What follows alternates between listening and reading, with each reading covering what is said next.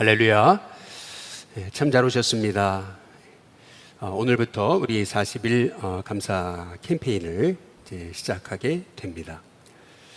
40일 감사 캠페인을 시작하면서 몇 가지 좀 안내 말씀을 드리면은요, 우리가 40일 동안 사도행전의 말씀을 가지고 같이 40일 감사 캠페인을 진행합니다. 어떤 분은 사도행전을 가지고 성경 필사를 하시는 분도 계실 거고, 어떤 분은 매일 묵상하면서 하루를 시작하는 분이 이제 계시겠죠. 본문은 여러분 주보에 매일 나와 있는 그 순서대로 진행하시면 되겠고요. 매일 나와 있는 그 순서대로 말씀을 전할 것입니다. 그래서 순서대로 여러분이 필사하시고 함께 따라오시면 좋겠습니다. 그런데 우리가 이 사도행전을 묵상하면서 40일 동안 이 사도행전을 감사의 관점으로 이제 보게 될 것입니다. 아마 사도행전을 감사의 관점으로 보고 40일 동안 말씀을 나누는 교회가 또 있을까라고 하는 그러한 생각을 갖습니다. 실은 뭐 사도행전만 우리가 감사의 시각으로 봐야 되는 것은 아니죠. 내 인생도 다 감사의 시각으로 봐야 되는 것이고, 내 가정도, 내 직장도, 우리 일신교회도, 이 나라 민족도 다 감사의 시각으로 이제 봐야 되는 거예요. 그래서 속회를 모일 때도 주제는 감사예요. 40일 동안. 그리고 선교회를 모여도 감사. 그러니까 모든 게 다 감사의 시각으로 보시는 거예요. 아마 사도행전을 감사로 보고 사도행전을 감사로 아마 이렇게 설교하는 케이스가 많지 않을 거예요. 그러나 모든 게 다 감사로 보기 시작하면은 감사하지 않을 내용이 하나도 없는 겁니다. 그래서 우리는 사도행전을 이제 40일 동안 감사의 시각으로 보게 될 거예요. 아침에 일어나시면서 한번 따라해 보시겠습니다. 새날을 주시니 감사합니다. 아침을 다 시작하면서 새날을 주시니 감사합니다. 오늘도 이 복된 하루를 주셔서 감사합니다. 오늘도 예수님과 함께 하루를 시작하게 하셔서 감사합니다. 이렇게 여러분이 하루를 이미 여셨죠? 아멘을 안 하시는데 이미 여신 줄로 믿습니다. 하루를 감사로 딱 열고, 그래서 여러분이 하루 종일 모든 걸 감사의 시각으로 보시는 것입니다. 그렇게 될 때 하나님의 특별한 은혜가 저와 여러분 가운데 있게 될 줄로 믿습니다. 뿐만 아니라 옆에 있는 분들께 권면해 주셔가지고 또 유튜브로 또 참여하시고 현장에 참여하도록 권면해 주시기를 바라고요. 또한 유튜브로 참여하시는 분들 아멘을 남기시고 이름을 남겨주셔서 함께 서로 격려하는 시간이 됐으면 좋겠고요.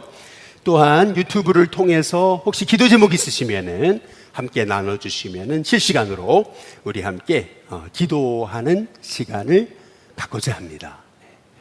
오늘 사도행전 1장에 보시면은 말씀이 이렇게 시작하잖아요. 데오빌로여 이렇게 시작해요.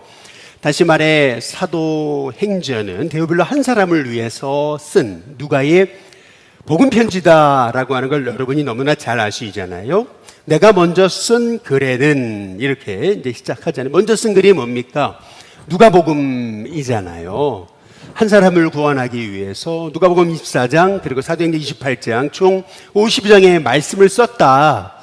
여러분, 여기에서 우리는 이 누가라는 사람의 복음의 열정, 한 영혼을 향한 복음의 열정을 보게 되는 거 아니겠어요? 우리에게도 그런 복음의 열정이 있게 되시기를 주님의 이름으로 축복합니다. 그런데 오늘 말씀에 보면은 1장 1절에 보면 무릇 예수께서 행하시며 가르치시기를 시작하심부터 이렇게 말씀하고 계세요. 먼저 예수님의 공생애를 이 누가가 소개하는 것을 볼 수가 있는데요. 예수님의 공생애 딱 한마디로 말하면 행하시고 가르치셨다, 이거인 거죠. 보통 가르치고 행하는 거라고 우리가 생각하는데 이 순서가 잘못된 것입니다. 성경적인 가르침이란 행하고 가르치는 겁니다. 말이 먼저가 아니고 삶이 먼저다. 늘 삶이 따라와야 된다. 삶이 따라오지 않는 가르침은 공허하다. 그것이 예수님이 보여주신 삶의 모범이다 라고 하는 거죠. 저와 여러분의 인생 속에서 말이 앞서는 것이 아니라 늘 삶이 따라오는 인생이 되시기를 주님의 이름으로 축복합니다. 그런데 이 놀라운 이 복음의 비밀을 내가 알게 되었잖아요. 야, 이게 얼마나 감사하냐라고 하는 것입니다. 여러분, 사도행전을 묵상하면서 우리가 감사의 시각으로 사도행전을 보면은요, 내가 얼마나 환경에 상관없이 복받은 사람인가라고 하는 것을 깨닫게 되는 거죠.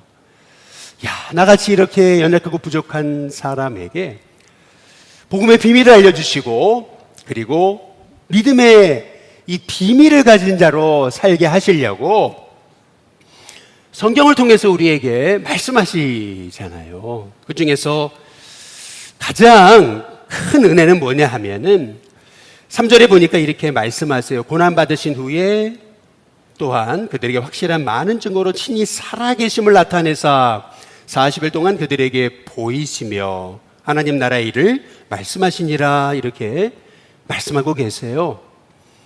저는 이 말씀을 묵상하면서 그런 은혜가 제게 임했어요. 그게 뭐냐면, 야, 어떻게 나 같은 자가 이 십자가의 비밀 그리고 부활의 이 복음을 내가 깨닫게 됐을까라고 하는 것이 은혜예요.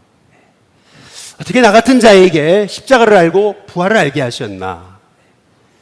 나같이 의심 많고 나같이 이렇게 부족한 사람에게 십자가를 알게 하셨나? 부활을 알게 하셨나? 여러분, 그게 은혜인 줄로 믿습니다. 그 이유는 뭐냐면은, 제가 전에 중고등부 사역을 할 때 한 아이가 예수님이 안 믿어진다는 거죠. 그래서 그 아이를 데리고요, 한 3개월을 같이 오로지 예수님만 전했던 적이 있어요. 매주 만나가지고 토요일마다 십자가가 뭔지, 부활이 뭔지, 예수님에 대해서 끊임없이 제가 진짜 매주 만나가지고 그 아이와 대화를 나눈 적이 있어요. 말씀을 가지고 제자훈련을 했죠. 3개월이 딱 끝났을 때 이 아이가 했던 말, 그게 뭐냐면, 제가 너무나 충격을 받았지만 동시에 하나님께 감사했던 게 있어요. 죄송합니다. 그게 뭐냐면, 전도사님, 예수님이 안 믿어져요. 근데 이게 한마디였어요. 제가 그때 깨달은 게 있었어요. 그게 뭐냐 하면은, 야, 이 예수님을 안다라는 거, 십자가를 안다라는 거, 부활을 안다라는 거, 이것이 믿어진다는 것이, 야, 이것이 은혜구나. 여러분, 다른 게 은혜가 아니에요. 십자가를 알아야, 부활을 알아야, 다시 오실 주님을 알아야 크리스찬이죠. 그래야 하나님 나라의 일을 아는 거죠. 여러분, 그것을 내가 깨달았다. 여러분, 그것이 은혜인 줄로 믿습니다. 다른 게 은혜가 아니잖아요. 나 같은 자가 어떻게 그 십자가의 비밀을 알아요? 십자가의 비밀을 알아야 주님의 사랑을 아는 거잖아요.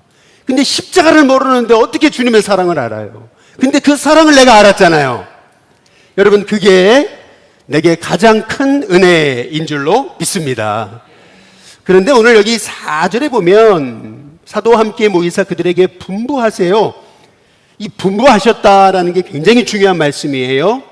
예루살렘에 떠나지 말고 내게서 들은 바 아버지께서 약속하신 것, 약속하신 것이 뭐예요?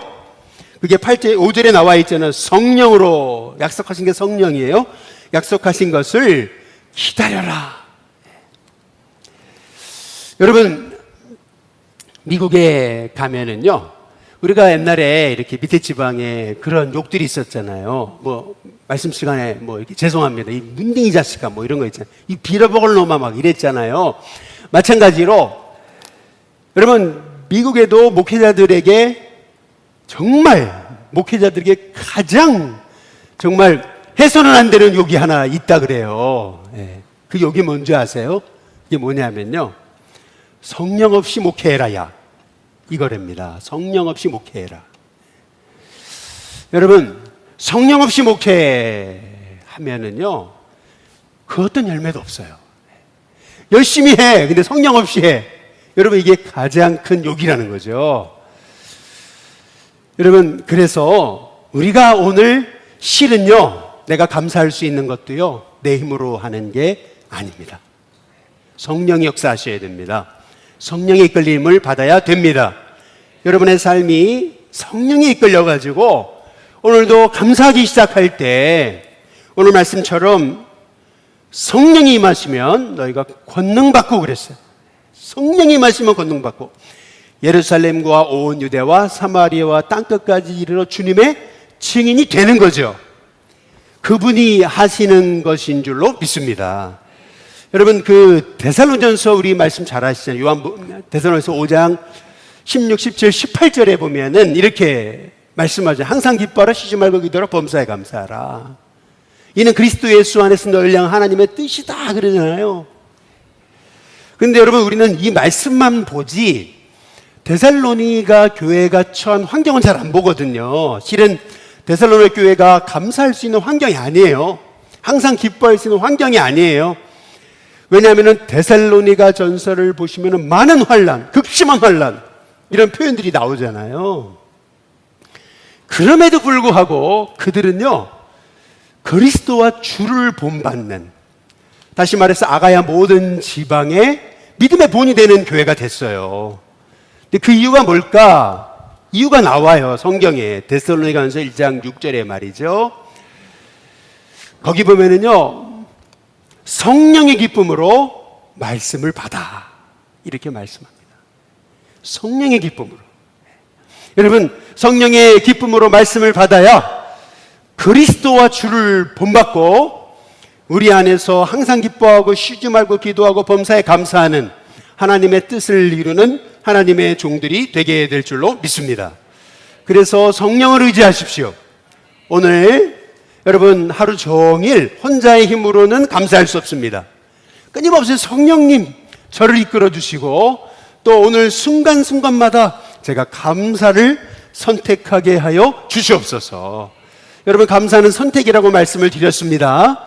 우리의 본성은 자꾸 원망하는 거예요. 불평하고 자꾸 비교하고 자꾸 낙심하는 거예요.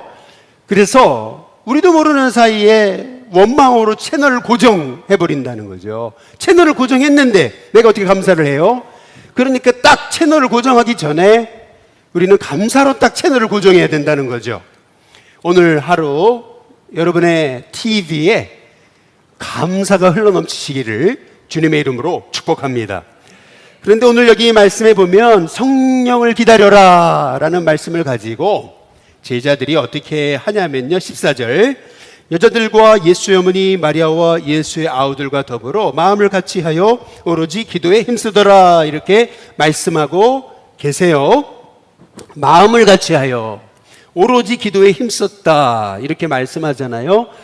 제가 지난 금요일과 토요일 날 우리 장로님들과 목회계획 세미나를 같이 열면서 개회배 때 드린 말씀이 있어요. 그게 뭐냐 하면은 우리 일신교회가 초대교회로 돌아가고 처음 교회로 돌아가고 우리 일신교회가 일신교회잖아요.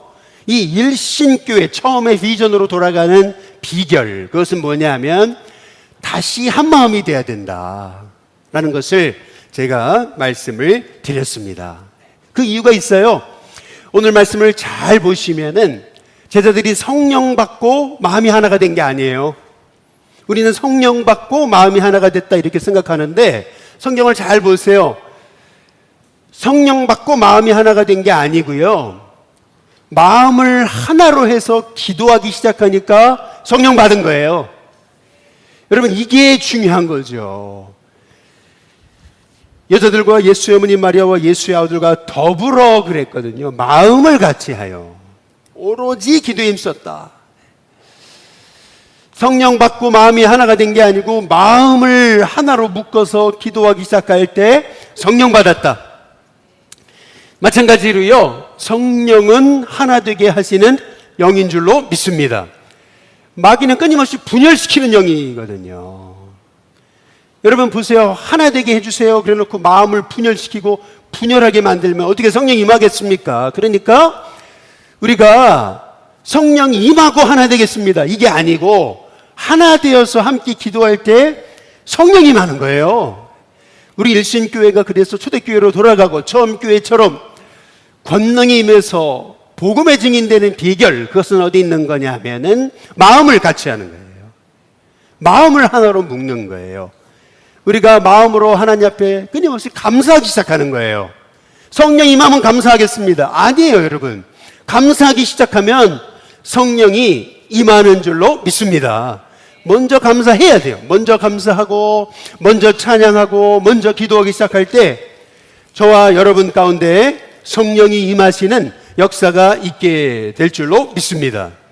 그런데 오늘 여기 이 말씀에 보면은 예수님이 이제 승천하시고 제자들이 오로지 마음을 같이 해서 마가다락방에서 기도하잖아요. 그런데 성령이 오시기 전에 그들이 했던 일이 있어요. 딱 한 가지 나와요. 그게 뭐냐 하면은 가룟 유다가 자살하고 죽었잖아요. 11사도만 남았어요. 그래서 11사도의 수에 가입해서 12사도를 세우는 거거든요. 뽑힌 사람이 마띠아라는 사람이에요. 그런데 우리는 사도행전을 통해서 이미 보셨잖아요. 이 이후로 마띠아 한 번도 안 나와요. 아니, 마띠아를 딱 세웠으면 2장부터 막 마띠아가 활동을 해야 되는데, 아니, 마띠아는 딱 여기에서 뽑힌 것만 나오고 그 다음에 이름이 사라져요. 아니, 그러면 이게 뭘 필요했을까? 왜 이게 기록되어져 있을까? 우리가 너무 궁금하잖아요. 이유가 있는 거예요. 그게 뭐냐면 제자들이 마음을 같이 해서 기도하기 시작하는데, 사람은 그런 거예요. 사람은 뭐냐면 10,000가지 은혜를 받았는데 한 가지 없는 것에 주목하는 거죠. 우리가 10,000가지 하나님의 복을 받았는데 한 가지 못 받은 거에 주목하는 거예요. 마찬가지죠. 11사도가 있는 건데 그 한 사람 가룟 유다 어디 갔냐 이러면서 그 없는 제자에 집중하더라. 그래서 12사도를 채운 거죠. 딱 수를 채운 거예요. 여기서 우리가 알 수 있는 너무나 중요한 사실이 있어요. 받은 은혜가 큰데 받은 복을 세워보는 게 아니고 없는 걸 세워본다는 거죠. 받은 복을 세워야 주의 크신 복을 알게 되는데 없는 걸 세워보니까, 그러니까 주의 크신 복을 모르게 되는 거죠. 저는 말씀을 묵상하면서 그런 생각을 했어요. 지난주도 우리 교회 성도님 한 분이 이제 그러는 거죠. 일신교회 오기까지 목사님 차를 3번 갈아탑니다. 그리고 여기 이렇게 언덕 올라오기까지 10번을 쉽니다. 언제까지 나올 수 있을지 모르겠습니다. 그런데 목사님을 통해 받은 은혜가 너무나 감사해서 길을 쓰고 나온다는 거죠. 야, 이런 거 생각해 보면은 도대체 내가 무엇이길래 말이죠. 이게 여러분 받은 은혜, 하나님 주신 복이 얼마나 많아요. 어떤 분은 일신교회에 나오기 전에 진짜 죽을 생각을 했는데, 죽을 날만 기다렸는데, 어떻게 죽을까만 생각했는데, 이렇게 일신교회를 통해서 복음을 알게 되고 예수님을 알게 돼가지고 이제 제 삶이 새로운 삶을 살게 됐습니다. 목사님 덕분입니다. 감사합니다. 아니, 그런 말 하지 마세요. 아니에요, 감사합니다. 여러분, 이게 얼마나 큰 은혜입니까? 받은 게 얼마나 많습니까? 하나님 주신 은혜가 얼마나 많습니까? 지난주는 은혜가 너무 커가지고 우리 새가족 한 분이 일본을 다녀왔는데 추석 때 선물도 못 드리고, 목사님 술 드세요? 그러면서 술을 선물로 저한테 가져왔다고 술을 주려고 그러는데 제가 뭐라 그랬겠습니까? 여러분, 보통 그러잖아요. 이제 끊었다고 그만 주시라고. 근데 그것도 조금 이게 표현이 안 좋을 것 같아가지고 그래서 제가 술 안 먹습니다. 다른 분 주십시오. 여러분, 싫어합니다. 술을 가지고 오셨습니다. 추석 선물로. 여러분, 받아야 되는 겁니까? 말아야 됩니까? 먹어야 되는 겁니까? 말아야 됩니까? 여러분, 이런 고민하는 것이 은혜인 줄로 믿습니다. 그렇잖아요. 하나님이 주신 은혜가 너무나 큰데 10,000가지 은혜를 받았어요. 10,000가지 복을 받았어요. 그 복을 세워봐야 되는데 우리는 없는 거 세워보니까, 그러니까 감사하지 못하는 거죠. 주의 크신 복을 모르는 거죠. 그래서 여러분, 11사도가 있는 그 마가다락방에서 사람들이 자꾸 그 12번째 이렇게 하니까 술을 채우잖아요. 여기서 우리가 깨닫게 되는 것은 뭐냐 하면은 받은 게 11가지인데 없는 거 한 가지 바라본다는 거죠. 오늘 여러분 하루 없는 거 한 가지가 아니라 받은 거 11가지 세워보시기를 주님의 이름으로 축복합니다. 받은 거에 집중하십시오. 은혜에 집중하십시오. 그러면은요, 저와 여러분의 삶 속에 정말 성령이 여러분 가운데 임하시는 은혜를 체험하게 될 줄로 믿습니다. 여러분, 주님이 오시기 전까지 우리의 힘만 가지고 살지 않고 성령을 우리에게 주셔서 우리에게 복음의 증인이 되고 이 하나님 나라 비밀을 증거하는 자로 우리를 세우셨다는 것이 얼마나 감사합니까? 오늘 여러분 감사로 하루를 여러분 여셨으니까 이제 하루 종일 감사로 채우시고 그리고 하루를 감사로 마감하시기를 주님의 이름으로 축복합니다. 감사가 내 인생의 답이다라고 하는 전광 목사님의 책이 있어요. 여기 보면은 안나뭉이라고 하는 목사님이 나와요. 이분이 노스캐롤라이나에서 이제 새로 교회에 부임해서 이제 목회를 하게 됐는데 저 은평교회 원로이신 김영호 목사님도 그런 얘기 하거든요. 딱 이민교회를 갔는데 그 교회에 왕언니가 있더라. 왕언니. 여러분 왕언니 그러면 벌써 딱 중압감이 오지 않습니까? 이 왕언니는 벌써 목사님 3분을 쫓아낸 거예요. 지금 이 목사님 4번째입니다. 이 왕언니에게 잘못 보이면은 쫓겨나게 돼 있습니다. 그런데 처음엔 좋았는데 아주 사소한 일로 틀어졌죠.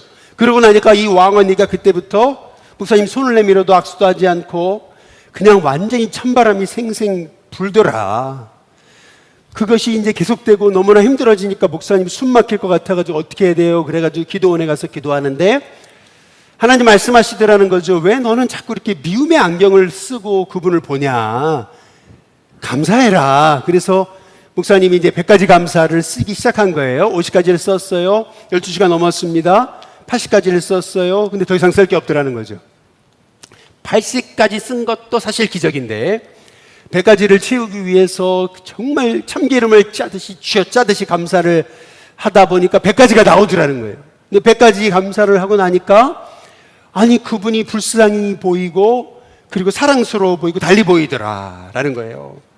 그래가지고 이제 내려오셔가지고 다 이제 인사를 하려면 여전히 찬바람이 불죠. 손을 내미는데 손 하나 내밀지 않죠.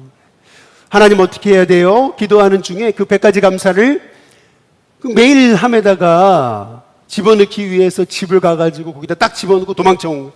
또 만나면은 너무나 두려워가지고 말이죠. 괜히 잘못 부딪혔다가는 또 큰일 나니까 그냥 100가지 감사를 우편함에 딱 넣어놓고 그냥 도망치듯 나왔다라는 거죠. 아이나 다를까 하루 이틀 사흘 나흘이 지나도록 아무 연락이 없더라는 거예요. 주일이 됐어요. 근데 이분이 왕언니가 딱 목사님을 보더니 웃음이 가득하면서 두 손을 높이 들고 그러더라는 거죠. 목사님도 인간이냐고. 아니 목사님도 인간이냐고. 아니 왜 그러시냐고 또 왜 그러시냐고 이제 이랬더니 하시는 말씀이 나는 목사님을 쫓아내려고 그러는데 목사님 100가지 감사가 뭐냐고. 이제 그래가지고 관계가 회복되고 거기서부터 목회의 어려움이 풀리기 시작했다라고 하는 그러한 얘기입니다. 여러분 40일 동안 우리가 감사하게 되는데 뭐 감사할 게 어디 있습니까? 여러분 그렇지 않습니다.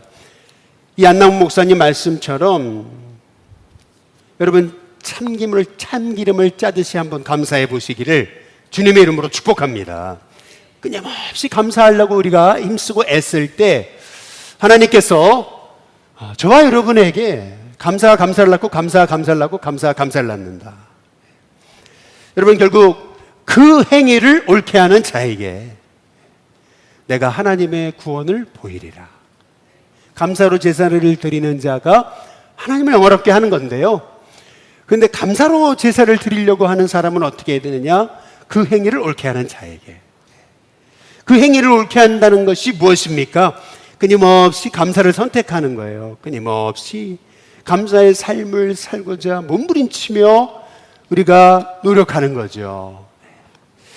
여러분 죄 짓는 거는요 노력하지 않아도 돼요. 그런데 감사는 아니에요. 선택하셔야 돼요. 오늘 하루 여러분의 인생의 채널이 감사에 있게 되시기를 주님의 이름으로 축복합니다.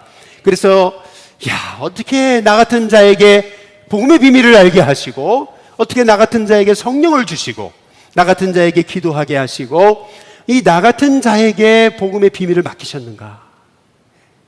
오직 성령이 너희에게 마시면 너희가 권능받고 예루살렘과 온 유대와 사마리아 땅끝까지 이르는 증인이 되리라. 야, 어떻게 나 같은 자에게 이 복음의 증인이 되도록 초청하셨는가? 여러분 한번 오늘 하루, 야, 어떻게 나 같은 자에게 이런 복음의 비밀을 맡기셨는가?